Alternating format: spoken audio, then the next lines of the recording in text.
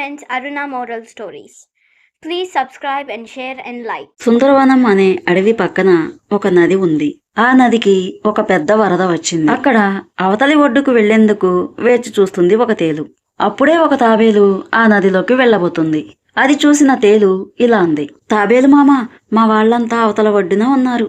ఈ నదిని ఒక్కదాన్నే దాటలేకపోతున్నాను. నన్ను నీతో పాటు తీసుకువెళ్లి ఆ నది ఒడ్డున నన్ను వదిలిపెట్టవా అని అడిగింది తేలు. కొంచెం సేపు ఆలోచించింది తాబేలు. అప్పుడు తాబేలు తేలుతో ఇలా అంది, సరే, నేను నీకు సహాయం చేస్తాను, కానీ నువ్వు నా వీపు మీద కూర్చున్నప్పుడు ఎటూ కదలకుండా కూర్చోవాలి. నాకు అలా కదిలితే చాలా చిరాకు అని చెప్పింది తాబేలు. అప్పుడు తేలు ఇలా అంది, సరే మామా, నీ వీపు మీద కూర్చున్నప్పుడు నేను కదలకుండా కూర్చుంటాను.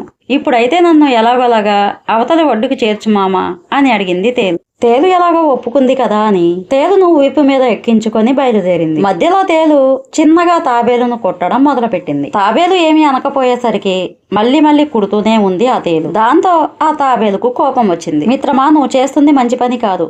అడిగావు కదా అని సాయం చేస్తున్నాను. అయినా ముందే చెప్పాను కదలకుండా ఉండమని. అదేమి నీకు పట్టనట్లు కుడుతున్నావేంటి అంది. అప్పుడు తేలు ఇలా అంటుంది, అయినా కదలకుండా కూర్చోమని చెప్పావు కానీ కుట్టవద్దు అని చెప్పలేదు కదా. నీకు ఎంత శక్తి ఉందో చూద్దామని కుట్టాను. ఎన్నిసార్లు కుట్టినా కాస్త కూడా ఇబ్బంది లేకుండా ఉన్నావు. అయినా ఎవరినైనా కుట్టడం నా సహజ లక్షణం అంటూ మళ్ళీ కుట్టింది ఆ తేలు. ఆ మాటలు విన్న తాబేలుకు చాలా కోపం వచ్చింది.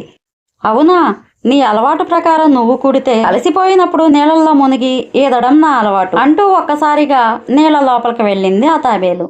తాబేలు నీళ్ల లోపలికి వెళ్లడంతో ఆ తేలు నీటి ప్రవాహానికి కొట్టుకుపోయింది. తాబేలు కొంచెం సేపటికి ఒడ్డున చేరుకుంది. పొందిన సాయానికి కృతజ్ఞత లేకుండా ప్రవర్తించిన తేలు ఆ నీటి ప్రవాహంలో కొట్టుకుపోయింది. ఈ కథ నీతి, మన మాటలతో పనులతో ఇతరులను ఇబ్బంది పెడితే తేలు లాంటి పరిస్థితే వస్తుంది.